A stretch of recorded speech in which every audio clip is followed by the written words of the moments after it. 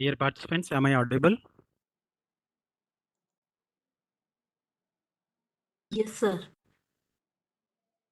Okay, thank you. Uh, let's start the session FDP on recent trends in Internet of Things and communication engineering. A warm welcome to all the participants. I, Dr. P. Venkatrao, Professor in the Department of ECE, Godavari Institute of Engineering and Technology, cordially invite you all to this 1 week FDP on recent trends in Internet of Things and communication engineering, organized by the Department of ECE, Godavari Institute of Engineering and Technology, an autonomous institution to be held from 18th to 23rd January 2023.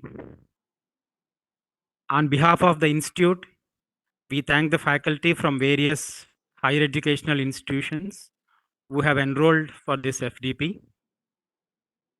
A brief introduction about the institution. Godavari Institute of Engineering and Technology was established in the year 1998 to offer engineering education of world-class standards. Over the years, the college has come a long way to gain a place of repute and preferred destination for quality engineering education. The institution has autonomous status from the year 2014, ranked by NIRF for 3 consecutive years in the band of 200 to 250, and also accredited by NAC with A+ grade. The Department of ECE has started from the inception of the institute with highly qualified faculty members and technical staff. The department is offering UG and PG programs with about 600 plus students. The department has several instructional and research laboratories equipped with the state-of-art facilities, including advanced softwares like Cadence and MATLAB. The students are encouraged to take contemporary problems faced by the society and the industry. The students are also encouraged to participate in innovative thinking to develop appropriate technological solution for the fabrication of products and components. I take this opportunity to extend my gratitude to our Honorable Chairman, Sri KVV Satyanarayan Raju Garu, our beloved Vice Chairman, Sri K. Sashikaran Varma Garu, our Executive Director, Srimati K. Lakshmi Garu, General Manager, Dr. P. Subbaraj Garu, and our beloved Principal, Dr. PMMS Sarma Garu, for their guidance and encouragement for conducting this FDP. I also take this opportunity to thank our Director, Quality and Assurance, Deans, Vice Principals, and heads of various departments for their encouragement and valuable inputs. I thank all the participants for their keen interest in learning the latest technology in the area of IoT and communication engineering. We hope that this FDP will enhance your teaching and research skills in this particular domain. This welcome note, now I request our beloved HOD Dr. B. Srinivas Raja Garu to give his opening remarks. Thank you, sir. Thank you very much, sir, Dr. P. Venkatrao Garu. To begin with, I hope this 1 week online FDP on recent trends in Internet of Things and communication engineering will give more scope for the faculty members to work on their areas of research. As we know, the future of IoT research will require more interactions between the researchers and the society in order to better the address the societal and industrial needs and challenges, including valuable end user acceptance. I hope this FTP will help to pave the way to new experimental approaches with innovative sourcing technologies, multidisciplinary approaches, and new research schemes, such that this will enable the faculty to enable their research work. The primary goal of the FDP is to promote research and development activities in rapid advancement in the areas of communication engineering, embedded systems, as well as IoT and its applications. I hope this intention of the work FDP is to provide vibrant opportunity for various faculty members and also research scholars to enrich their knowledge in the area of their specified domain. At the same time, I would like to extend my warm welcome and special thanks to all the resources person who have accepted our invitation and they are being a part of this FDP. In coming days, research scholars, faculty members will be able to learn new things, new areas, new ideas where they can implement in their work. I hope this FDP will also enable the faculty members to convert into valuable paper publications. I hope this FDP will show light on various areas where faculty can work on to improve their knowledge level, skill set, at the same time convert them into learning in classrooms. I thank each and every faculty of the department. At the same time, I thank the resource persons from various higher education institutions who are sparing their valuable time to provide technical inputs to the faculty members. So thank you very much.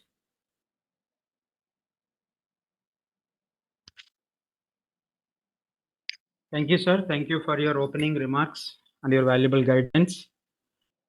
Now I request Mr. M. Lenin Babu Garu, Assistant Professor, Department of ECE, to introduce today's speaker, Dr. Ashwin Kumar SV from KL University, to the participants.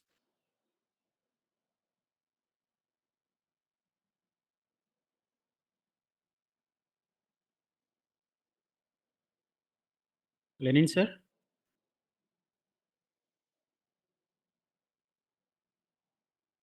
Hello, Lenin, sir.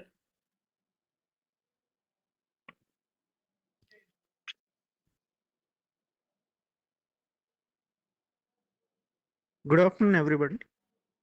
Good afternoon, everyone. It's my privilege to introduce the privileged distinguished person, Dr. Ashwin Kumar SV. He is working as an associate professor in Koneru Lakshmi Education Foundation, Vaddeswaram, Andhra Pradesh, in the Department of ECE. He is a multifaceted academician with excellent knowledge and core skills in Internet of Things, embedded and RTOS, communication and signal processing. He is adept in handling hardware and software in Raspberry Pi Proteus ESP family, to name a few. Backed by bachelor's in ECE, a master's in embedded system technology, and a PhD in image fusion from prominent institutes like Pallavan College, SRM University, and SCSVMV University, he made his mark felt in academic circles with prestigious awards like the Best Young Faculty in 2020-21. He is one of the top 100 researchers in India in 2021-22. He got Best Research Award in 2021, Best Academic Familiar Male Faculty in 2022, and the juggernaut is rolling.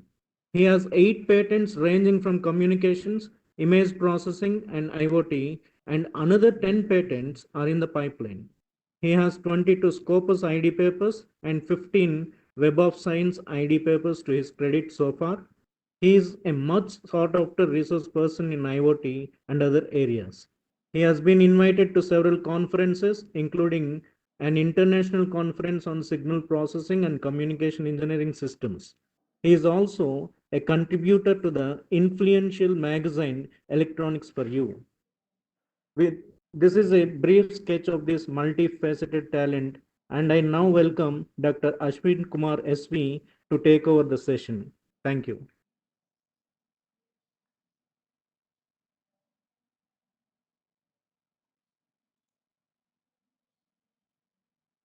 Shall hand over the host to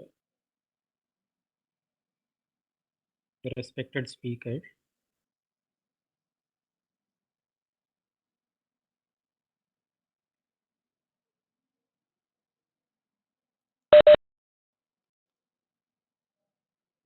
afternoon to everyone. First of all, I need to thank Godavari Institute of Engineering and Technology for giving me the opportunity to share my knowledge in this FDP, and I'm getting into the session.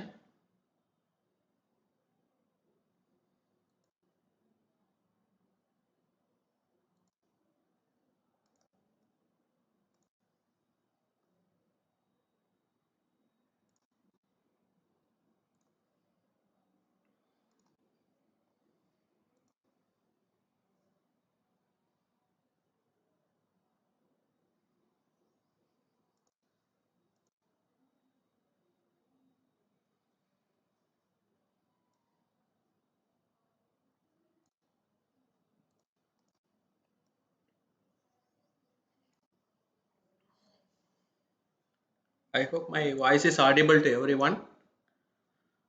Today, I am going to discuss about the IoT platform and protocols. Myself, Dr. Ashwin Kumar SP, Associate Professor in the Department of Electronics and Communication Engineering, KLEF, deemed to be University. First, what is IoT? If your device communicating with other device via internet. Otherwise, if we establish a communication between devices and the cloud database, then the collective network is called as Internet of Things. Here you can see the IoT system architecture. So it is made by 4 different layers: hardware layer, connectivity layer, middleware layer, and end user layer. So in hardware layer is made up of sensors, microcontroller units, actuators, RFID tags, Bluetooth beacons, and some other devices to gather the data, real-time data. For example, temperature sensor to gather the temperature, humidity sensor, and barometric pressure sensor, and accelerometer, gyroscope, magnetometer, and these are the some of the sensors, and RFID tags, NFC tags, Bluetooth beacons, and some of the actuators like servo motor, DC motor, and these type of sensor consist of in the hardware layer. So in this hardware layer is also called as node devices, and the second layer is called connectivity layer, which is also a part of a hardware layer. The sensors is trying to reach the cloud servers via this connectivity layer. So the connectivity layer consists of the network protocols, Wi-Fi, and Bluetooth low energy. And the third layer is called IoT platform. The IoT platform is storing the data gathered from the sensors, and as well as it start processing those data for analytics. And the last layer is called end user layer, that is called application layer, which can be directly interfaced with the user. So these 4 layers are further classified into 7 different layers. So sensors and sensor to gateway network, which belongs to hardware layer, gateways and gateway to internet network, which belongs to connectivity layer, data ingestion and information processing and internet to user, which belongs to middleware layer, and the value added information, which belongs to application layer. So here we are getting into the topic IoT platform. In IoT, we are having 4 different platforms. Those are IoT device platform, IoT connectivity platform, IoT cloud platform, and IoT analytics platform. So this IoT platform is a software as a service product that can oversee a fleet of connected devices. First one is IoT device platform. This IoT device platform consists of hardware components that you need at the developer stage to build an IoT device. So we will start from this basic ESP controller board, and followed by Raspberry Pi, Node MCU, Raspberry Pi Model B, ESP32, PIC IoT board, TTGO TCAL, and STM32. Here I have listed very few of the IoT device platform, and many IoT device platforms are available. Some highlighted IoT device platforms that I have listed here. So in this FTP, I am going to focus on this IoT device platforms. So in that I am going to explain about ESP01, NodeMCU, ESP32, TTGO TCAL, Raspberry Pi 4 Model B. Here I have displayed Raspberry Pi Model B Plus and Raspberry Pi 3 Model B Plus. I am going to explain about Raspberry Pi 4, PIC IoT, and STM32, 32-bit microcontroller boards. And IoT connectivity platform. If the sensor is gathering the data, the gathered data should reach the cloud server. So there is a medium called IoT connectivity platform to reach the servers. So four types of IoT networks are there. One is cellular, that is we are using mobile data to connect the internet. Second one is local area network, personal area network, low power wide area network, and mesh network. So these are the four types of IoT networks. And here it is the IoT cloud platform. IoT cloud platform is used to store the gathered data from the sensor, as well as it will start processing those data for analytics. Here I have listed some top 10 IoT cloud platform like Google platform, Google Cloud, Microsoft Azure, Amazon Web Service, Salesforce, Oracle, Cisco, ThinkSpeak, and ThinkWorks. So this is IoT cloud platform, and the fourth one is IoT analytics platform. So this IoT analytic platform is also a part of IoT cloud platform, because many IoT cloud platforms are doing the data analytics itself. But if we need a big data analytics, we need to use some additional software, additional support to process and analyze those data. So this IoT analytics are classified into predictive analytics, real-time analytics, descriptive analytics, diagnostic analytics, as well as historical analytics. For example, for predictive analysis is weather report generation. Example for real-time analytics is traffic management. Example for diagnostic analytics is for medical applications. In this way, the IoT platforms are four different platforms: device platform, connectivity platform, cloud platform, and analytics platform. So first, before getting into the IoT device platform, we need to know some data communication protocols. Those are UART protocol, I2C protocol, and SPI protocol. So UART is a basic communication protocol which uses two wires, that is called, one is transmitter, another one is receiver. If you are using two UART device, the UART1 transmitter should be connected with UART2 receiver, and the UART1 receiver should be connected with UART2 transmitter. In this way you have to make the connections, and the baud rate used in this serial communication is 9600. That is the universal baud rate. For IoT applications, we need to use 11500 is a baud rate. As well as this UART mode of communication is having data rate of 0.1 Mbps, 0.4 Mbps, 1 Mbps, 3.4 Mbps, as well as 5 Mbps. In this way, you can increase the data rate based on your application by using the UART serial communication. Second one is I2C communication. So I2C communication is developed to overcome the drawbacks in the UART communication. So now let us discuss about what are the drawbacks in this UART communication. In this UART communication, you can have only one master and only one slave devices. That's all. There is a data communication between two devices only. But in I2C protocol, you can have unlimited masters and the number of slaves are limited to 1000. So in this way, they have developed the I2C mode of communication. Here also they have used two wires. One is serial data, another one is serial clock.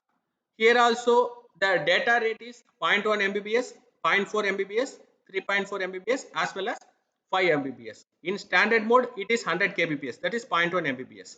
In fast mode 0.4 Mbps, high speed mode is 3.4 Mbps and ultra fast mode is 5 Mbps.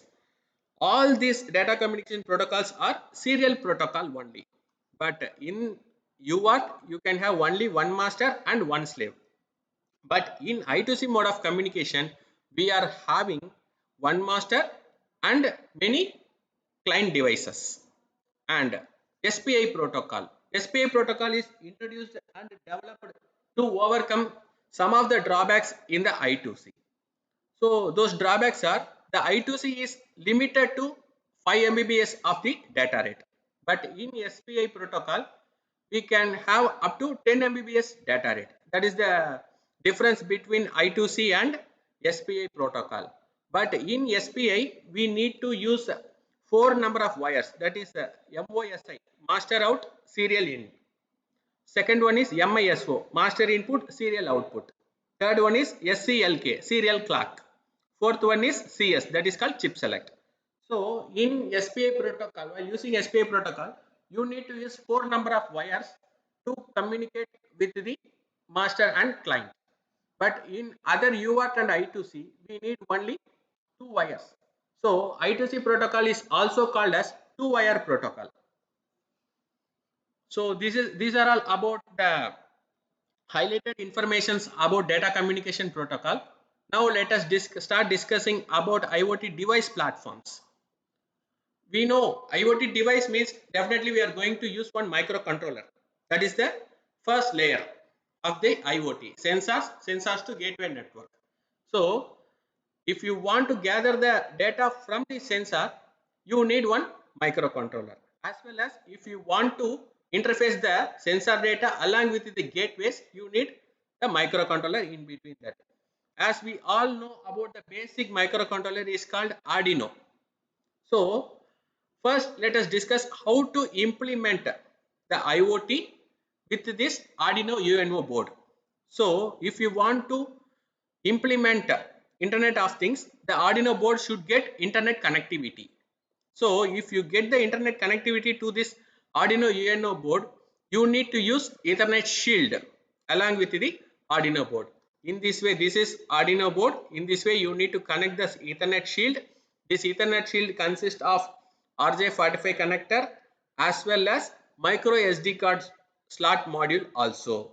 Okay, in this way, you need to connect the Ethernet shield and you need to connect the Cat5 cable, category 5 cable to this RJ45 connector to get the LAN connectivity, to get the internet connectivity to this Arduino board. So this is the Ethernet module which is especially designed and developed for Arduino UNO board.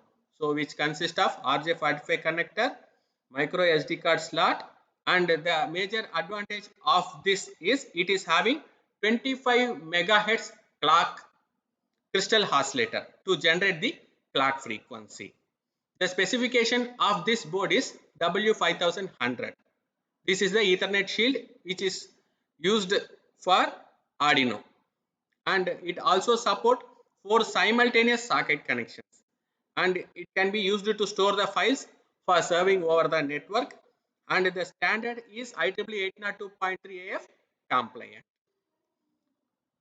And next one is ENC28J60. This is also a Ethernet module which can be connect with any type of microcontroller like SPI, AVR type of microcontroller, TIC microcontroller, LPC2148 ARM microcontroller, otherwise STM32 32-bit microcontroller. So this W5100 is especially designed for Arduino and you can connect only with the Arduino UNO boards. But in ENC28J60 Ethernet module, this is 10-pin package, SSOP package. So you can connect this Ethernet module with any of the microcontroller like AVR, PIC, LPCR, STM32, which is also compatible with 10 base T network, 100 base T network as well as 1000 base T network, which is having integrated MAC addresses, MAC modules, and one 10 base T port having automatic polarity detection and correction. So it is also having crystal oscillator is 25 megahertz, but it will provide the clock speed up to 20 megahertz for SPI protocol interfaces. Already we have discussed about the SPI protocol. In the data communication protocol, we have discussed about the SPI protocol. So this can be connected with SPI protocol only. So that is why it is having 10 pins, 2 pins belongs to power supply, 4 pins belongs to SPI, remaining 4 pins belongs to data transmission and reception and interrupts. So it is the operating voltage of this Ethernet module is 5 volt. And next one is SPI to Ethernet hardware, that is W5500 Ethernet network module.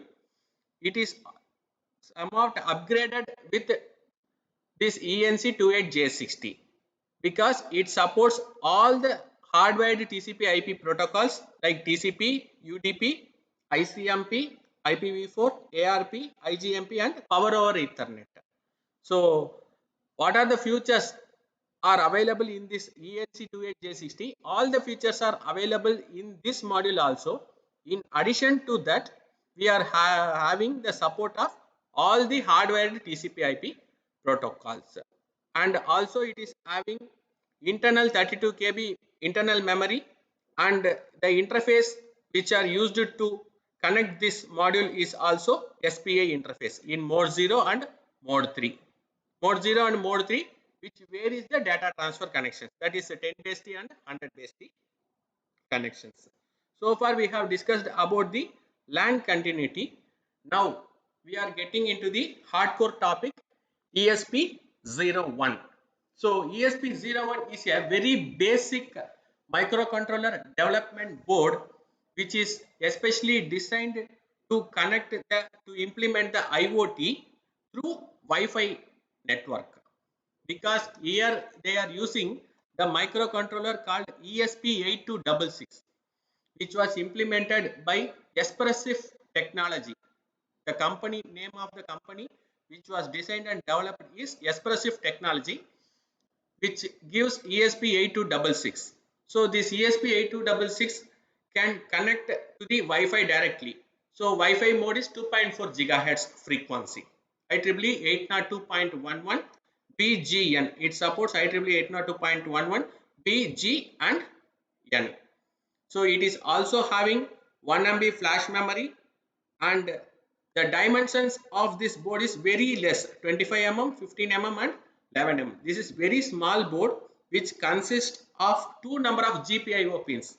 So GPIO 0, GPIO 2, two number of GPIO pins, and it supports only UART protocol. You can see TX and RX pins here, TX pin and RX pin, which supports only UART communication protocol, and power supply pins VCC and ground. Here channel pins and reset pins are available. So the channel pin should be always high if you want to use this microcontroller board, and then you cannot directly interface this board with our laptop. So you need USB to UART converter in the middle to program this ESP01 microcontroller development board. So this is USB to UART interface board which helps to program this ESP01 via our laptop, and it is having this 32-bit CPU. This ESP01 is having 32-bit CPU which is ESP8266, and it also supports UART mode of communication, standard input IO. The version is 1.1 and 2.0, and the power consumption is also very less in the standby mode, that is less than 1 milliwatt. This is ESP01 board. In the beginning The expressive system introduced this board to implement IoT via Wi-Fi technology. So here you can see the printed antenna. This is called also called as patch antenna, which helps to connect with the Wi-Fi. So this is the printed antenna, which is available in the ESP01, and the next one is NodeMCU. This is widely used development board to implement the IoT via Wi-Fi. So as I discussed earlier, you need to improve the serial baud rate to 11.5 to 100. In previous slide we have discussed. So in serial protocol we need 9600 is a universal baud rate. For while implementing the IoT we need to increase the baud rate up to 11.5 to 100. So in NodeMCU we need to use 11.5 to 100 baud rate. For otherwise you can use, if your application is very less, based on your application you can use that standard universal baud rate also 9600. So this is NodeMCU board, which consists of 17 number of GPIO pins, general purpose input output pins. In that 17 GPIO pins, 4 number of GPIO pins will provide PWM output also, which can be act as a PWM output pins also. The major advantage of this NodeMCU board is it is having one analog input. This is the first pin, ADC not. It is having only one analog input pin, 17 number of general purpose input output pin, and 4 PWM pins. It also supports 4 PWM outputs. One pin in the NodeMCU can perform multiple functions but not simultaneously. You can configure this pin as a GPIO pin. Otherwise, you can use that protocol pins, I2C protocol or SPI protocol. Otherwise, serial protocol. Otherwise, to interface the SD cards, these are the pins are available. In this NodeMCU, they are using the microcontroller called ESP8266. Otherwise, they can use ESP12 or ESP12E are the microcontrollers they can use in this NodeMCU. So as I said, it is having 17 number of GPIO pins. Here is the 17 number of resistors are available. All are pull-up resistors for this NodeMCU board. So you can power up this NodeMCU board through micro USB. So micro USB slot is available here in the NodeMCU, and USB will provide usually 5 volt DC. But this ESP8266 will operate in the 3.3 volt DC only. All the IoT, most of the IoT devices are operating in the 3.3 volt DC only. So here they are using one voltage regulator. My mouse is pointing that is using one voltage regulator called AM1117. The specification of that voltage regulator is AM1117, which down converts 5 volt into 3.3 volt. It is nothing but 3.3 volt voltage regulator. Here is one voltage regulator, here one voltage regulator is available, here also one voltage regulator is available. This big voltage regulator is helps to give the 3.3 volt constant power supply to the microcontroller. These two small voltage regulator helps to provide the 3.3 volt to TX and RX pins. So because through TX and RX pins, that is called UART protocol, TX and RX pins, here two pins are available, TX and RX pins.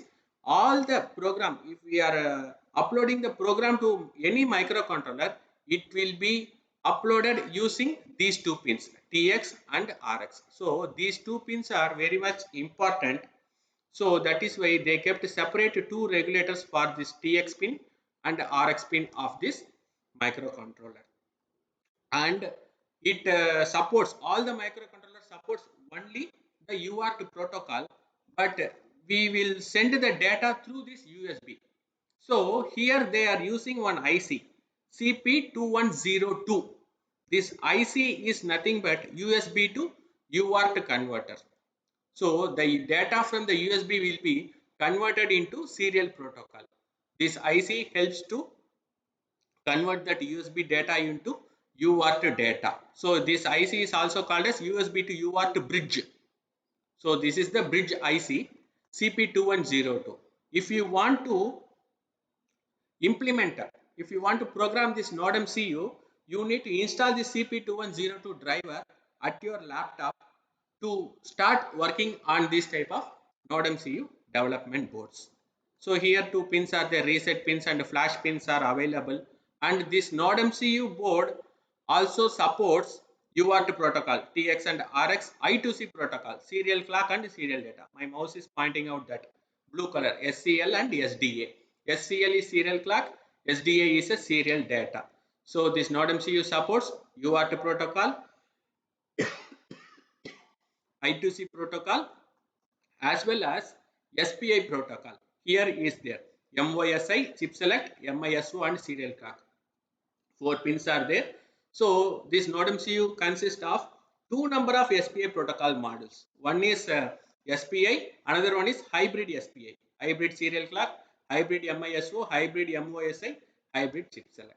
So two SPI protocol pins are available, and these pins, SDD pins, are used to interface the SD card with this Node MCU. So CTS0, RTS0 and SDT, these are all are SD card interfacing pins, and it is having 4 number of power supply pins.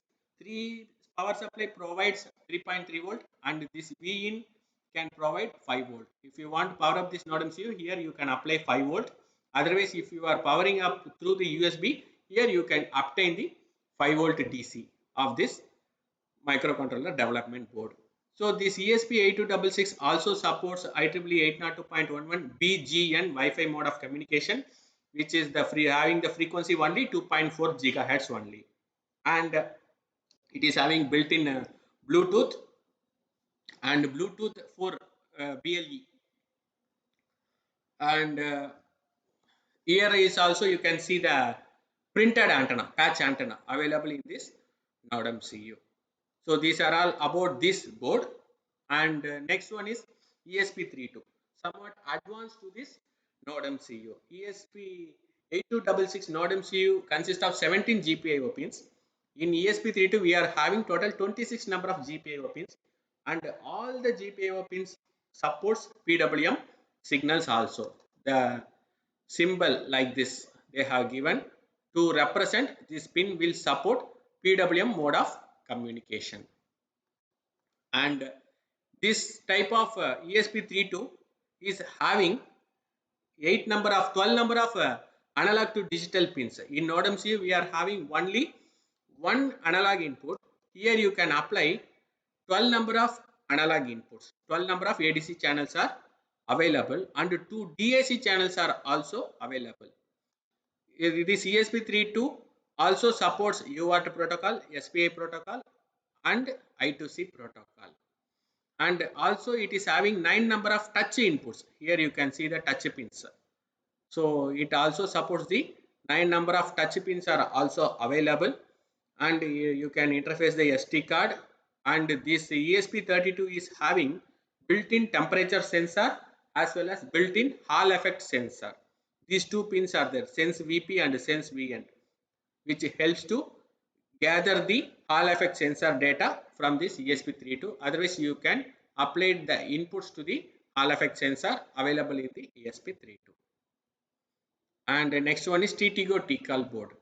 So this is also developed by Expressive Technology, and in addition to ESP32, they have included the SIM 800L module, that is a GSM module they have included in along with this board. So previously we need to separately interface that GPS module with the Node MCU board or ESP32 board or any other development boards. But in this type of TTGO TCAL board, they are having inbuilt GSM module. So you can directly insert the SIM card to get the mobile data connectivity to the microcontroller development board. In ESP32 also, here you can see the patch antenna. In similar way, you can see the patch antenna in this TTGO TCAL also. But the USB to UART bridge and other features, everything is same for this Node MCU, ESP32 and TTGO TCAL. But the internal memories are varies. Here itself we can have 4 MB flash memory, 8 MB PS RAM and 520 KB SRAM. So it is an onboard 40 megahertz crystal oscillator, so which supports SPA protocol, which having data rate up to 10 Mbps. It also supports UART, SPI, SDIO, I2C, PWM, TV PWM, I2S, IRGPIO. And the next board is the programming tools. So if you want to program this NodeMCU or ESP32 or TTGO TCAL, you need to use Arduino IDE. Otherwise, you can use MicroPython. Otherwise, you can use VS Code included with the platform IO. This is nothing but platform IO. So these are the development tool chain for this NodeMCU, ESP32, TTGO TCAL as well as ESP01 also. And this is another type of device platform which is called Bolt IoT. Bolt IoT. So which supports only UART protocol. If you want to use some other protocols like Modbus or I2C or SPI, you need an additional converter to interface that type of protocol with this Bolt IoT board. So the NodeMCU, ESP01, ESP32, TTGO TCAL, all are open source IoT platforms. But Bolt IoT, you cannot say it is a open source IoT platform. Okay, here with the help of this Bolt IoT, you can interface this board with your mobile apps and you can deploy machine learning algorithm. In this way, you can use this board. And next one is PIC IoT. So PIC microcontrollers developed by microchip technology, and the first microcontroller which introduced with analog input is PIC microcontroller only. That is PIC 12F675, PIC 12F508 are the microcontrollers which support analog inputs. Later they developed PIC 16F877A, which is having 8 channel analog to digital converter input pins. In the same way, PIC also, the microchip technology also contributing to the IoT development world through this PIC24 board. It is a 16-bit microcontroller developed by microchip technology, which is having 128 KB flash memory and 16 KB SRAM, and it is having some built-in microchip sensors called digital temperature sensor, ambient light sensor, battery charge management control. It also supports the crypto authentication, and it also supports Wi-Fi Smart Connect IoT module. In similar to the NodeMCU, it is also having that Wi-Fi Smart Connect IoT module. If you want to program this PIC IoT, you need to use MPLab X IDE. MPLab IDE is the name, X is the version name, 10. X stands for 10. MPLab X IDE is the version you need to use to program this PIC IoT. Here you can see the voltage regulator, MIC33050 is the voltage regulator. Battery charger is MCP73871. This is the battery charger. This is the USB port. Here, this is the debugger. Onboard debugger is available in the PIC IoT. No other PIC boards is having onboard debugger. We need to separate connect the onboard debugger, that is PIC 3 or PIC 2 or PIC 4. In that way, you need to connect the program dumper. But in this PIC IoT board, it is having onboard serial debugger. Here it is there, and this is the light sensor. That is nothing but ambient light sensor, and this is the crypto authentication ATEC 608A. This is our PIC 12F, PIC 24F J128 GA705 microchip IC. So this module which helps to interface the Wi-Fi, that is WINC 1510. So these are the indicator LEDs available in this PIC IoT board. And to program this, you need to use MPLab X IDE. Next one is Raspberry Pi. So in this FDP, we are going to discuss about Raspberry Pi 4. So it is also called as credit card sized PC. It was designed and developed by the students of Cambridge University, and it is very inexpensive, approximately $35 to $40, and it you can program, you can implement electronic projects, and this is the Raspberry Pi, which is having the microcontroller Broadcom BCM2711, which is quad core Cortex A72 ARM version 8, 64-bit system on chip at the clock frequency of 1.5 gigahertz. Because it is having more clock frequency, it requires more clock frequency, because here it supports gigabit Ethernet, as well as this is the Wi-Fi module.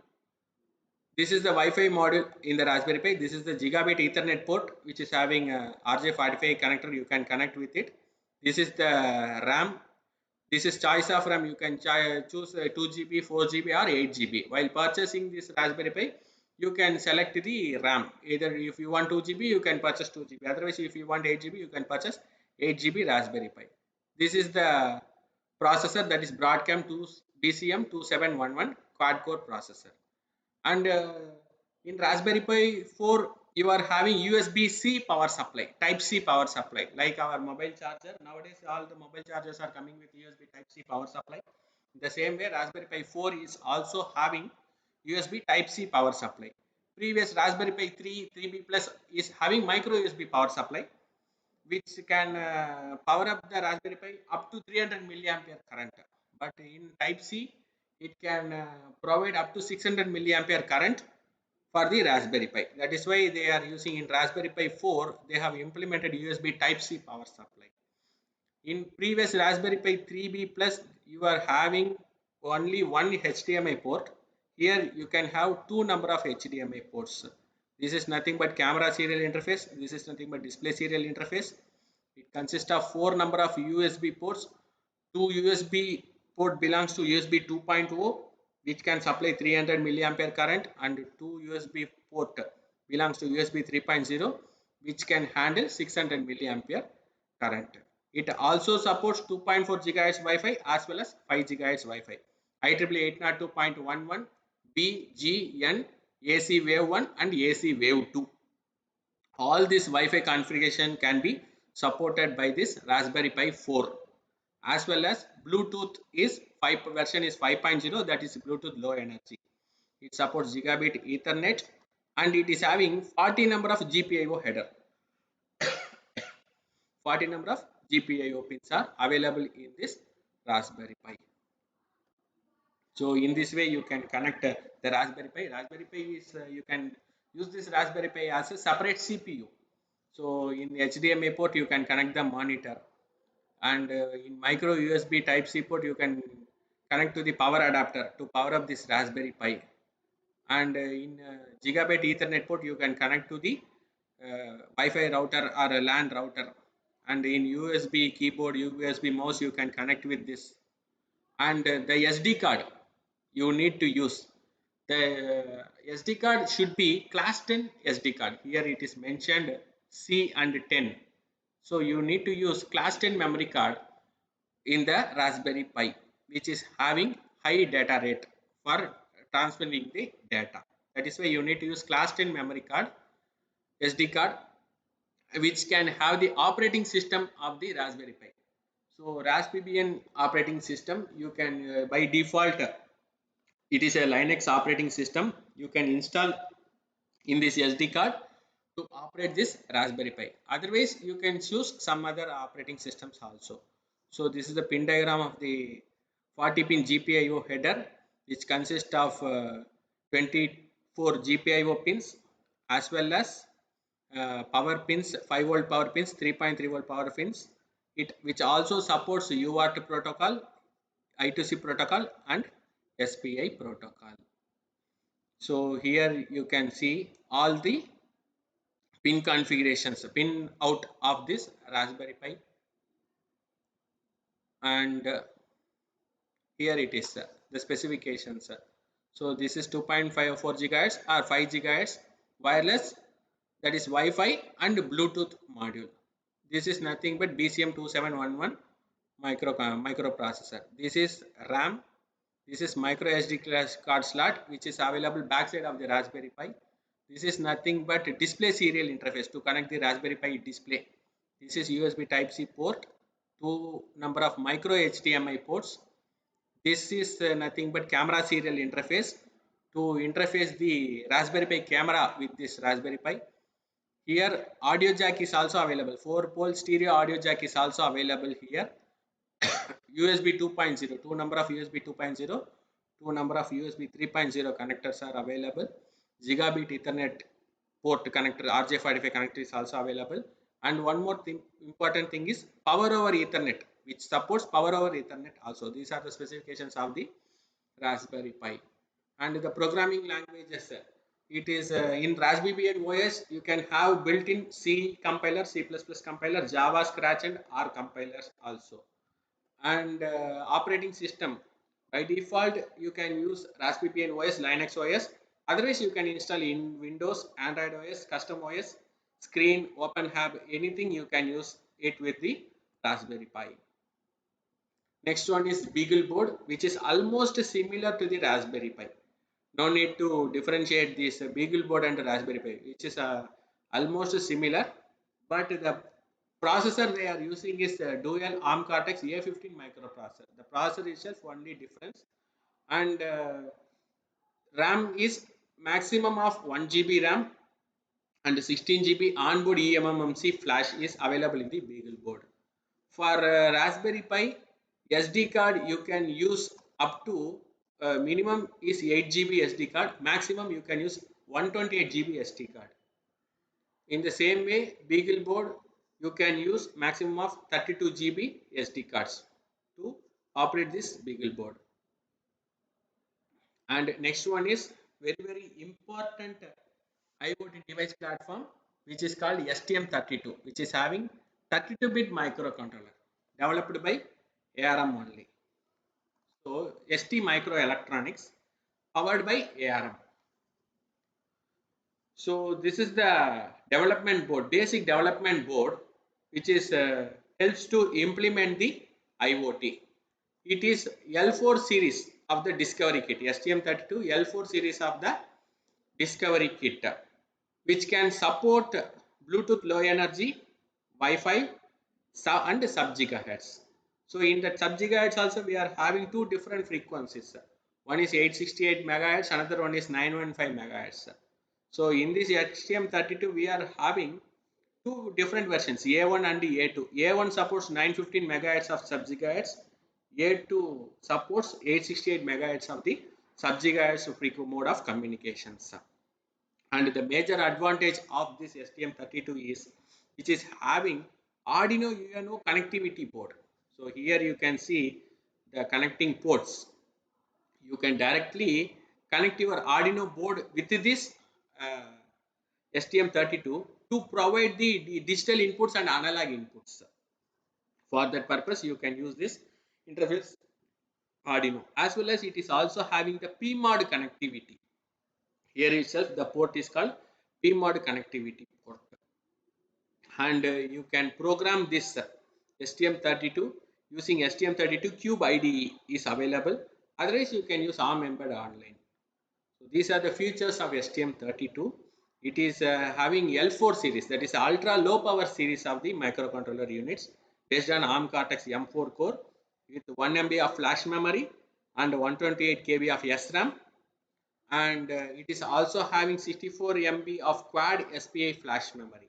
So in every microcontroller we are having separate EEPROM and separate SPIFs, that is called SPI flash memory. So these are the advantages of this microcontroller like PIC IoT and TTGO TCAL and ESP32, STM32. These type of microcontrollers are having separate EEPROM and separate SPIF memory, that is SPI flash memory. All are available. So you can store some amount of data there for further processing to implement the IoT. And this STM32 also supports Bluetooth version 4.1. This is Bluetooth Low Energy version 4.1 module. It also supports. As I discussed earlier, sub gigahertz. It supports the sub gigahertz mode of communication. That is low power programmable RF module. And the Wi-Fi module is also available. IEEE 802.11 BGN compliant. So as well as this STM32 is having some inbuilt ST microelectronic sensors. For example, 2 digital omnidirectional microphone is available. This is STM microelectronic sensor only, and capacitive digital sensors to measure the relative humidity and temperature. This sensor is also powered by using ST microelectronics. It is having printed NFC antenna. You can see this here. This is the printed NFC antenna to provide the near far communication, to provide the NFC field to do the communication with RFID and NFC. So dynamic NFC tag based on M24SR. So it also supports the MyFair cards also, and some of the inbuilt sensor also available. Already we have discussed about the microphone and temperature and humidity sensor, and this STM32 is having built-in 3-axis magnetometer, 3D accelerometer, 3D gyroscope, and barometric pressure sensor, which measures the pressure is 260 to 1260, as well as it is having time of flight sensor, gesture detection sensors, and 2 push buttons are available. One is for user button, another one is reset button.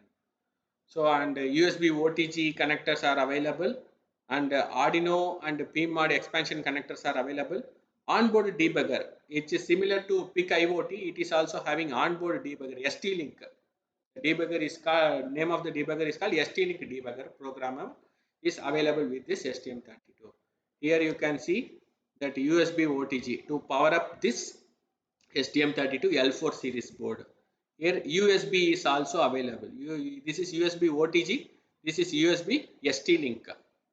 So anyone you can use it. And these are the 4 ports of the Arduino Uno. Arduino Uno CN1 connector 1, Arduino Uno connector 3, Arduino Uno connector 2, Arduino Uno connector 4. These are the 4 connector pins which helps to interface Arduino Uno board with this STM32 board. As we discussed, the Wi-Fi module. This is the Wi-Fi module which supports IEEE 802.1 and BGN only. And 2 push buttons are available. One is user button, another one is reset button. And one more thing is, this STM32 is having 8 megahertz crystal oscillators and 132 kilohertz oscillator. This is X2 is 32 kilohertz oscillator, and these are the 8 megahertz crystal oscillator. Totally 3 crystal oscillators are available, X1, X2 and X3. So X1 and X3 are 8 megahertz crystal oscillator. X2 is nothing but 32 kilohertz crystal oscillator. So this is the NFC module IC, and this is the printed antenna of the NFC. Here itself it is having humidity and temperature sensor. This is nothing but PMOD connector. Time of flight and gesture detection sensors are available here. And barometric pressure sensor is, this is the barometric pressure sensor. This sensor helps to measure the gyroscope and accelerometer data. The microphones, here the microphones are available, and this is magnetometer, and this is Bluetooth low energy module. BTLE is Bluetooth low energy module, and tag connect and SPI memory interfaces. These are the SPI memory. This is STM32, heart of the microcontroller, that is microprocessor, and this is SPF GRS module. These are all about the STM32 L4 series board. So, and this is back side of the board. You can find the ST-Link debugger connections. Power selection. Here we are having 5 different power selections are there. You can apply directly 5 volt through ST-Link. Otherwise, you can apply the 5 volt through USB. Otherwise, you can apply the 5 volt through this OTG. Otherwise, you can use 5 volt battery. Otherwise, USB charger. If you connect that particular jumper, you can use that particular power source. So here also it is having 3.3 volt regulator, because as I said earlier, all the microcontroller boards pins can support 3.3 volt only, not 5 volt. Arduino will support 5 volt, but Node MCU, ESP01, ESP32, PIC IoT, as well as STM32 Bolt IoT, all the microcontroller boards support the DC voltage up to 3.3 volt only. The current also consumed by the each microcontroller board is less than 200 milliampere, and the 5 volt regulator is also available here, and these are the connections for PMOD connections. This is the very important board to implement this IoT using 32-bit microcontroller. parameters. And programming tools for this STM32 is Cube IDE, ARM MDK, Keel MDK, ARM embedded enable. Otherwise, you can use VS Code with platform IO. So STM32 Cube IDE is especially designed for all the STM32 boards, like from started from Blue Pill to Nucleus 64 IoT 01. Any boards you can use STM32 Cube IDE. It is a open source IDE only. Otherwise, you can use ARM Kill MDK, ARM Embed Online. Otherwise, VS Code with platform IO. These are the development tool chain for this STM based boards. Next, so far we have discussed about this IoT device platforms. Now we are going to discuss about the IoT communication protocol, that is interoperability. So the communication protocols, first protocol that we are going to discuss is HTTP. Widely used protocol is hypertext transfer protocol. So it establishes the communication between client computers and web servers, which is done by sending the HTTP request and receiving the HTTP responses. So here, in place of client computers, we are using the sensors and microcontroller units. So the client computers as well as devices, anything you can use. And the microcontroller unit will request the HTTP and HTTP will give the response. So clients are often browsers, but they can be any type of program or device. So here we are using microcontroller units as a clients. Servers are most often computers in the cloud. So you know what is IoT. So if you want to communicate, if you want to reach the cloud servers, so you need one protocol that is called HTTP. Basic protocol is HTTP. So this is the web client, our device. This is cloud platform. This is the web server. So how to establish the connection for HTTP? Communication between client server is done by request and response.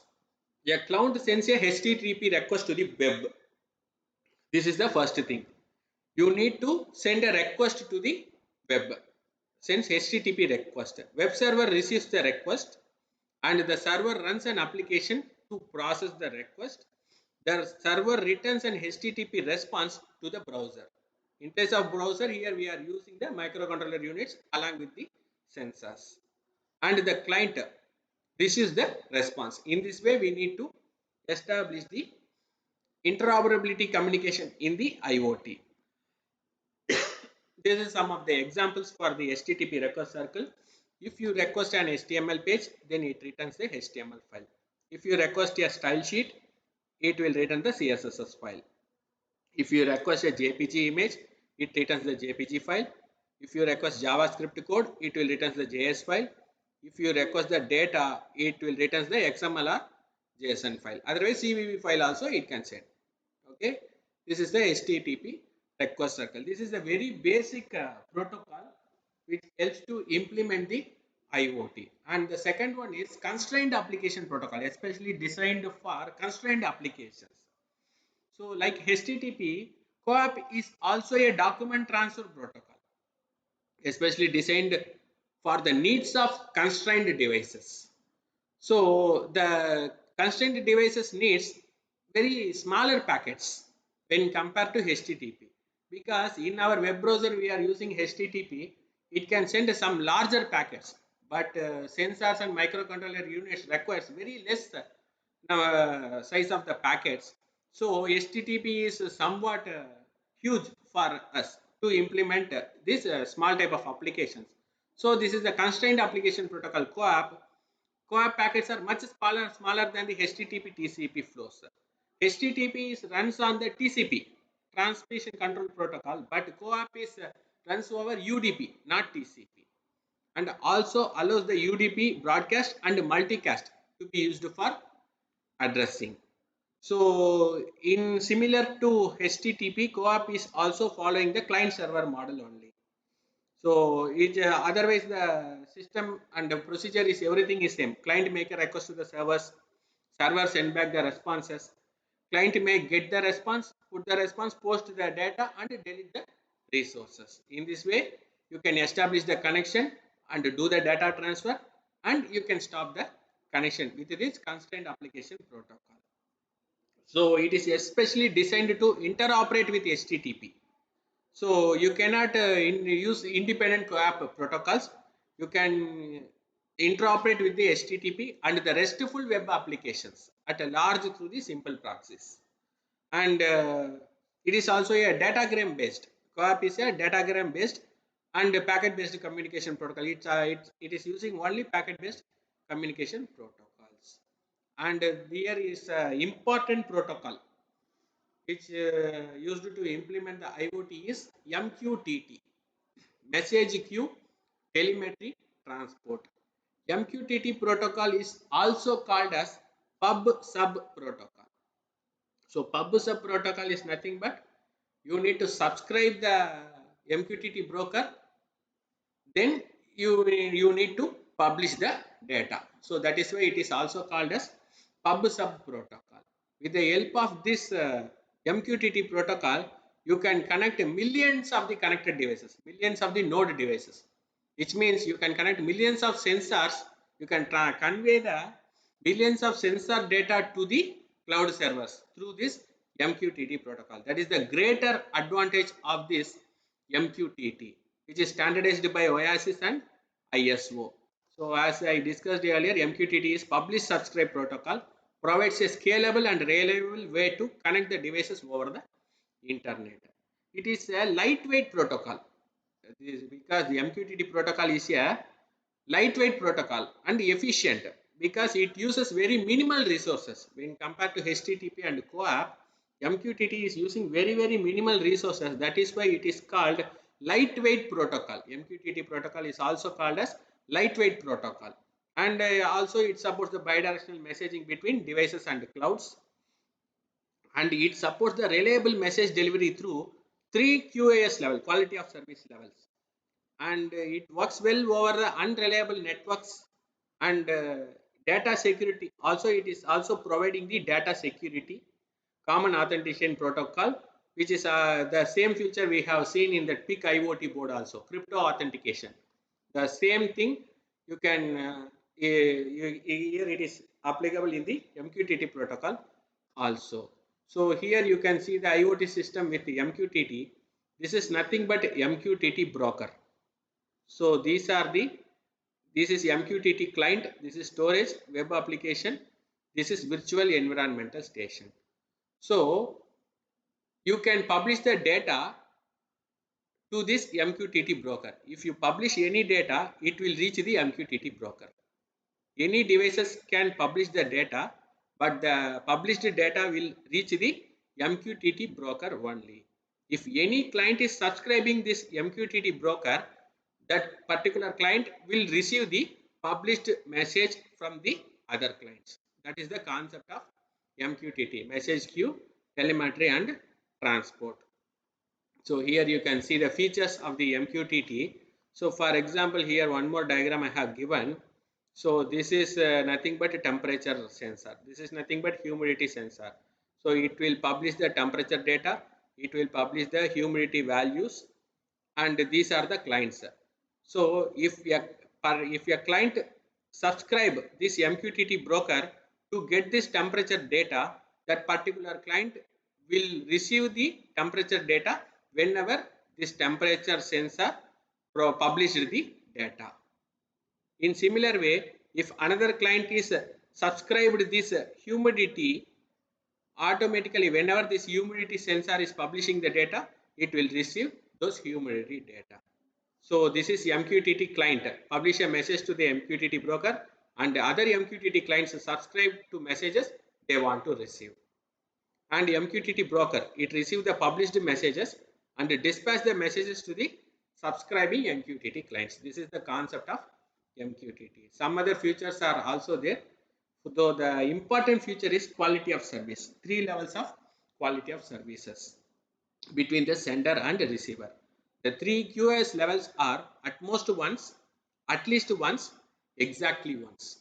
At most once means it guarantees a best effort delivery. That is why that is the first QoS level. The second QoS level is it guaranteed that a message will be delivered at least once.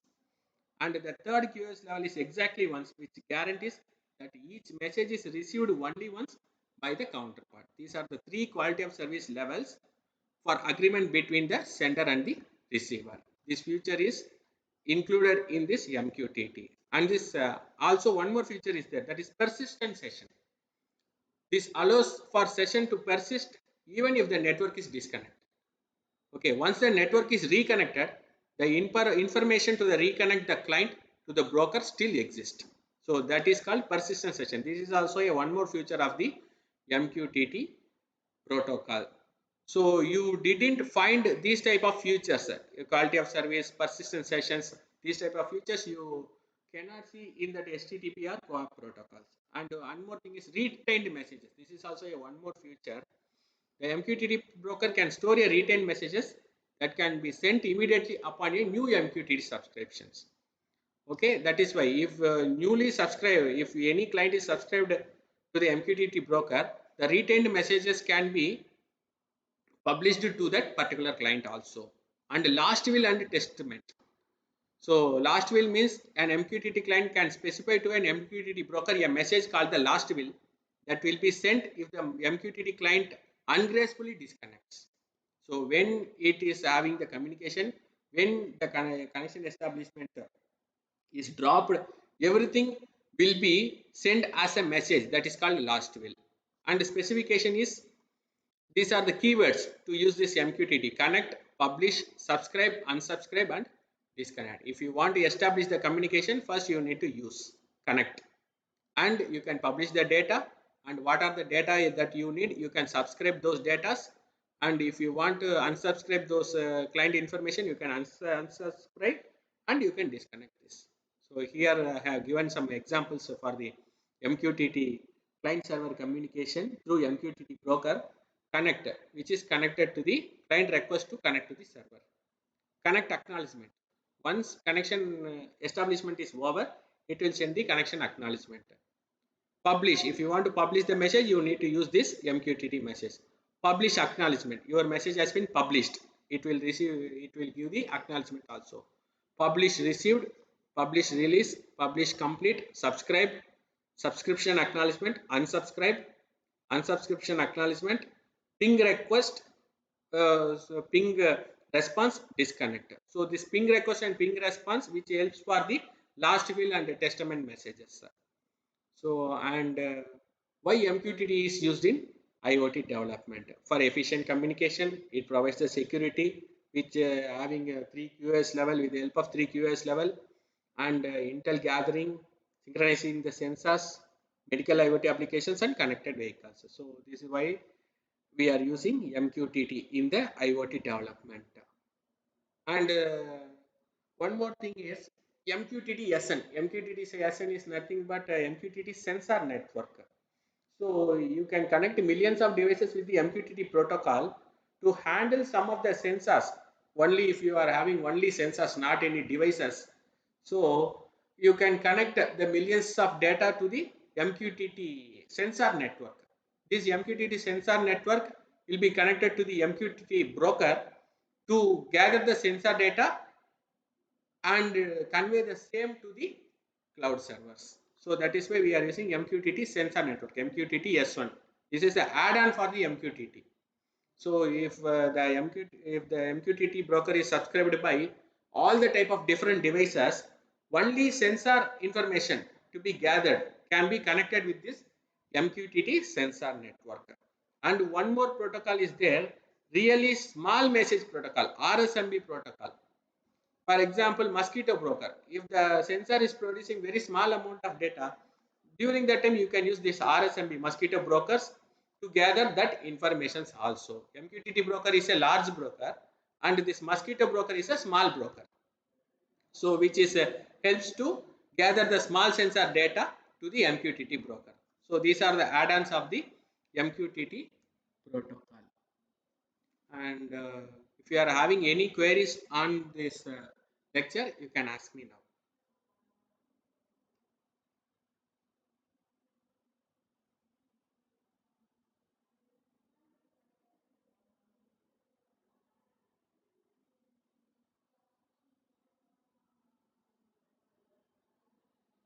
Hello.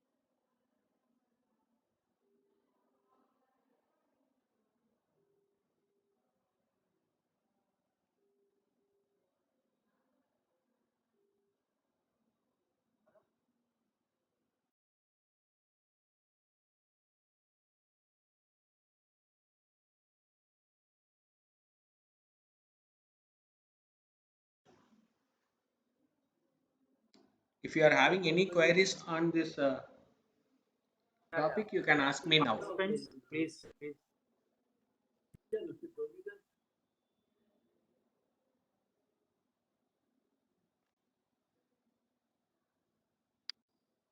Please ask for any questions.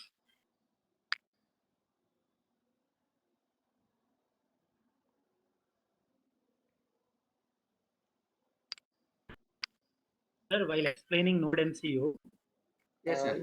you addressed on USB to USART.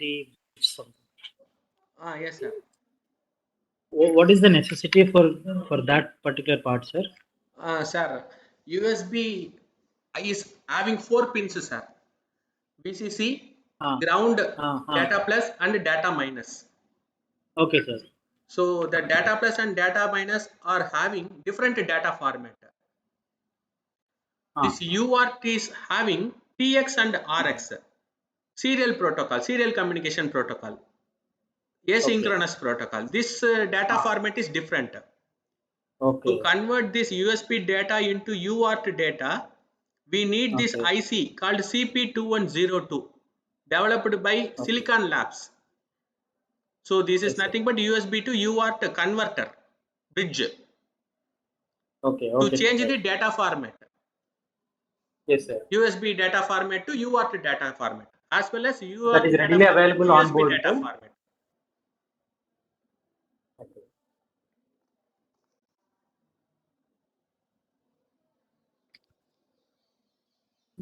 Hello. Yes, sir. Yeah. So that is readily available on board, sir. That IC. Yes, sir. This IC is onboard IC only, Okay. but you need to install the separate driver software in your laptop Okay. to connect this Uh-huh. type of boards. Okay. CP2102 driver. You need to Okay. install it, sir. Okay, sir. If you want to show me how to install, I can show now, sir. Sure, sir. Because we are some of the students are using that Node MCU. Hello, sir. Hello. Yes, sir. Right, sir. I got that Okay, point. okay, sir. Okay. Any Sir, more doubts, sir? another thing. Yeah, another thing. This Raspberry Pi.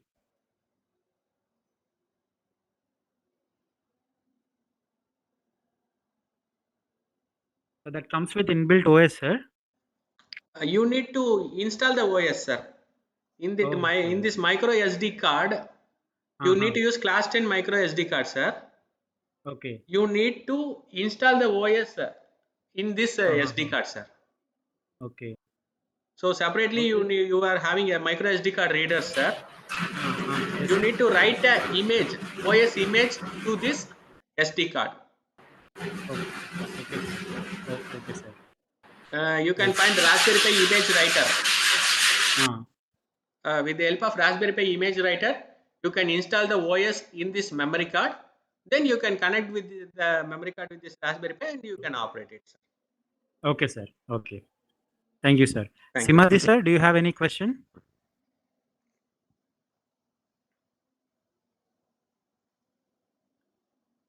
Okay. Right, sir. Uh, on behalf of Department of ECE, Gate Autonomous. And on behalf of all the participants, I would like to thank our today's speaker, Dr. Ashwin Kumar SV, for an enlightening and entertaining presentation on different IoT platforms and IoT protocols. Sir, thank you so much, sir, for taking time out of your busy schedule and for also throwing light on the practical aspects which we don't find in textbooks. Thank you, Thank sir. you so much, sir. Participants, please, can you switch on your video? We would like to take a photo along with the speaker. Participants, can you please switch on your videos just for a moment?